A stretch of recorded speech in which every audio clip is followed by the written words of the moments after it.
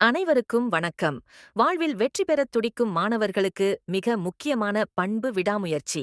வெற்றி என்பது ஒரு முறை கிடைப்பது அல்ல, அது இடைவிடாத முயற்சியால் உருவாவது.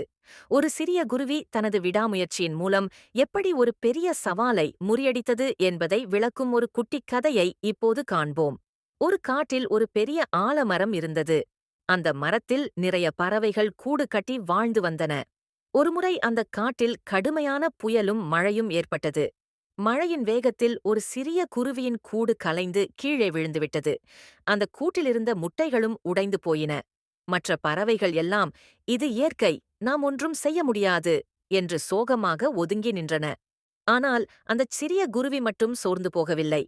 என் கூட்டை நான் மீண்டும் கட்டுவேன், முன்னைவிட உறுதியாக கட்டுவேன் என்று முடிவெடுத்தது. குருவியின் முயற்சி 1. மழை நின்றதும் குருவி உடனே வேலையைத் தொடங்கியது. 2. ஒவ்வொரு குச்சியாக தேடி எடுத்து வந்தது. 3. மற்ற பறவைகள், ஏன் இவ்வளவு கஷ்டப்படுகிறாய், மீண்டும் மழை வந்தால் இதுவும் விழுந்துவிடுமே என்று கேலி செய்தன. 4ஆம் குருவி எதற்கும் செவிசாய்க்காமல் களிமண்ணையும் வைக்கோலையும் சேர்த்து மிகவும் வலிமையான ஒரு கூட்டைக் கட்டியது.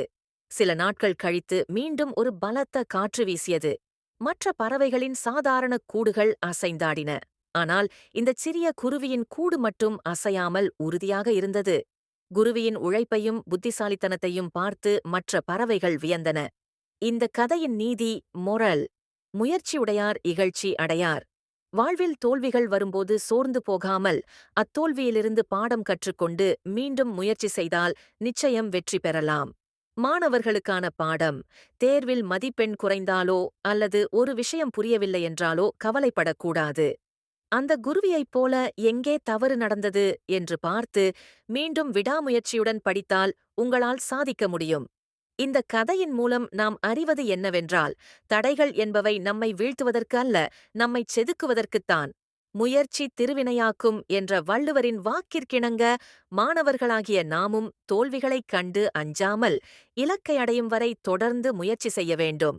விடாமுயற்சி ஒன்றே நம்மை சிகரத்திற்கு அழைத்துச் செல்லும். நன்றி.